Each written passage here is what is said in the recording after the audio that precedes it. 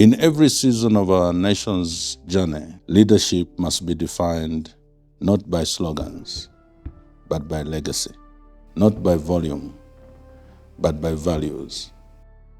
Welcome to this short presentation as we endeavor to contribute a bit we can to shape the future of our party, Patriotic Front, and that of our nation, Zambia. My name is Raphael Mangani Nakachinda. I'm currently privileged to be Secretary General of Patriotic Front and Tonse Alliance. Today, I present to you 3 portraits.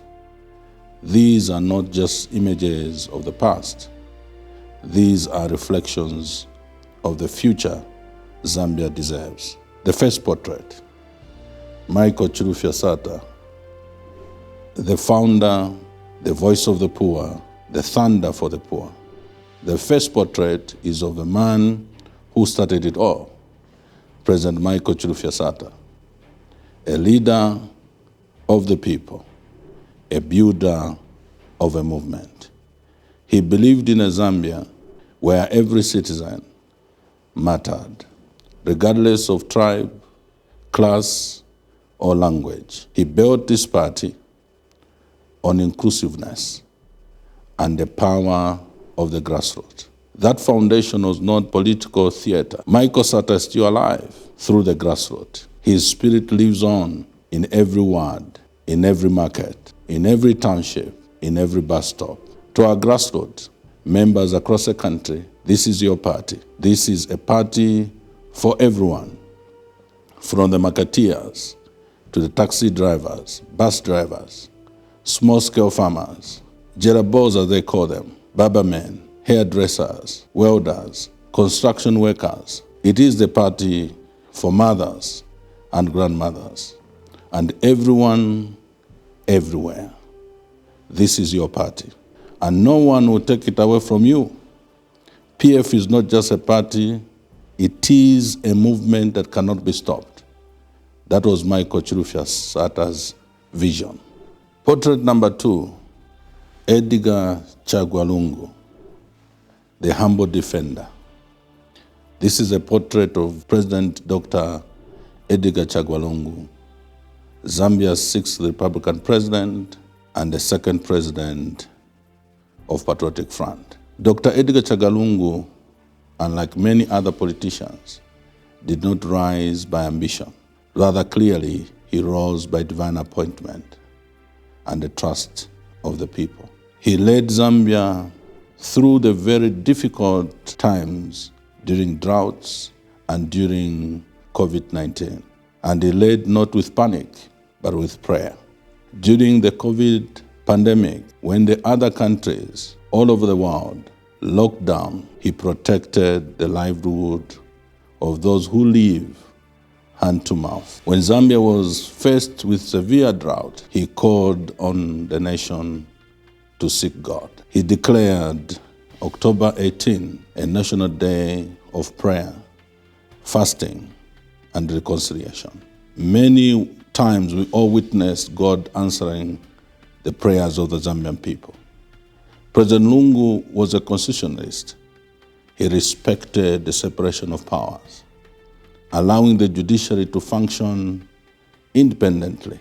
There were even rulings and judgments against his government. He fulfilled the promise to the people by ensuring that the people's draft constitution was adopted, the 2016 constitution, which introduced stellar provisions such as the one to do with the running mate, 50+1 threshold. Many of you remember him for his stance on LGBT rights, when he refused to legalize ungodly values under foreign pressure.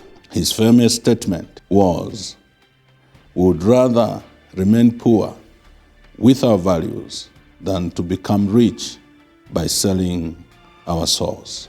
But he was mocked, misunderstood, maligned by his critics, even in his death.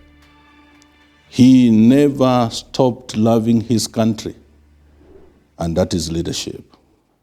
That is legacy. Portrait number 3, trust, the leadership charter, The third portrait is not of a man or a woman. It is not about wealth or influence or charisma. The third portrait is trust. T-R-U-S-T. A leadership charter that will guide us today and in the future when choosing leaders.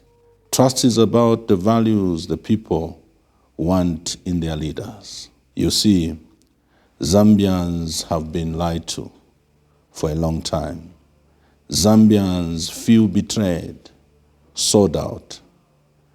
And this must come to an end. From now onwards, we must not be seduced by shiny slogans or sweet-talking salesmen that disguise themselves as politicians or leaders. The next PF leader must pass the test of trust. What do each of the letters in the word trust stand for? T stands for transparency. The question all of us must ask those who are offering themselves for leadership is, who are you? What do you own? What do you believe? The people have the right to know, not just your name, but your truth. No more shadows, no more secret hands, no foreign strings. The time for puppet government is over. We will not entrust our future to a face we cannot see or a voice we cannot trace. If you cannot stand before the people with open hands and a clean heart, you must step aside. R stands for responsibility. Are you willing to take responsibility? No more this blame game of previous government. No more distractions. No more hiding behind yesterday. The next leader must step up, not with fingers pointed at others, but with sleeves rolled. Zambia needs politicians and leaders that understand that it's their responsibility to bring positive change. Zambia needs a builder. This is a time for courage, a time for answers, a time for action. U stands for unity. Very critical and crucial for Zambia at this particular juncture. True leaders are unifiers, whether they hold the title or the title is held by someone else. The nation of Zambia needs a unifier. The question is, if you are not chosen as you offer yourself for leadership, will you still purposefully contribute to the unity of the party and of the nation? If you are chosen, will you embrace those who challenged you? The next leader must not gather voters only. They must gather people. They must bind the wounds, silence factions, and rally the nation not to themselves, but to a shared vision and future. Without unity, there will be no victory. S stands for service. We have seen regimes who serve the interests of foreign businesses and foreign entities. Zambia's small businesses are subjected to taxes, while its multinationals are given extended tax holidays. We have seen how barber shops and saloons and butcheries and restaurants, people welding on our streets have closed their businesses due to lack of electricity here in Zambia. While our electricity is exported to neighboring countries and beyond, that cannot continue. Zambians deserve better. They deserve a leader who is committed to serve Zambia first. Those who wish to lead the Patriotic Front, those who wish to lead the Tonse Alliance, must commit to put Zambia first, to save our people first before we can consider the plight of multinationals. Zambia must come first.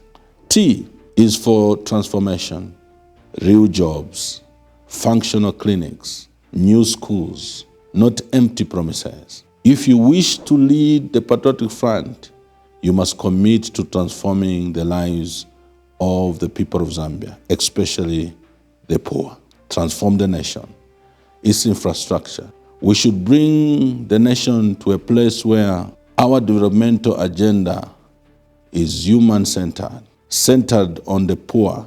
This is the transformation that the nation yearns for. To every loyal member of Patriotic Front, the dream of Michael Chilufya Sata is still alive.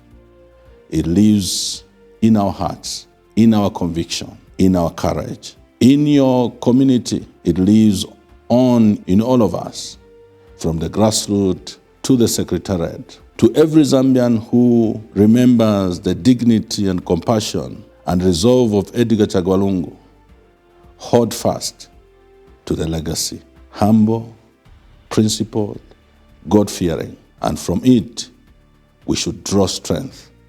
This is no longer a party of chaos. This is a movement for women and youth, of humility and transformation. There is no room for fake promises and lies in the PF. That we say no. Including Tonse Alliance, we follow President Lungu's example: love for all, humility in all seasons, and a willingness to grow in service of the people. And to those who seek to lead us, brace yourself. We face a regime that will stop at nothing. They have abused the law. They have weaponized the police. They have done everything illegal and criminal to silence dissent in this country. They will come for you. But hear me, and hear me well.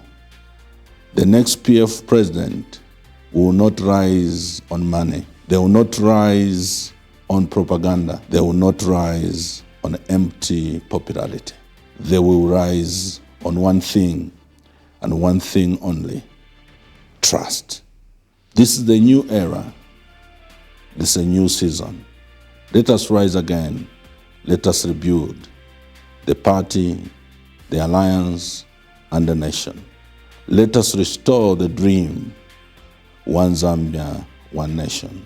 I pray that God will grant us grace, wisdom, for us to navigate through this trying moment and arrive at where God has ordained for this nation. Thank you very much, and God bless.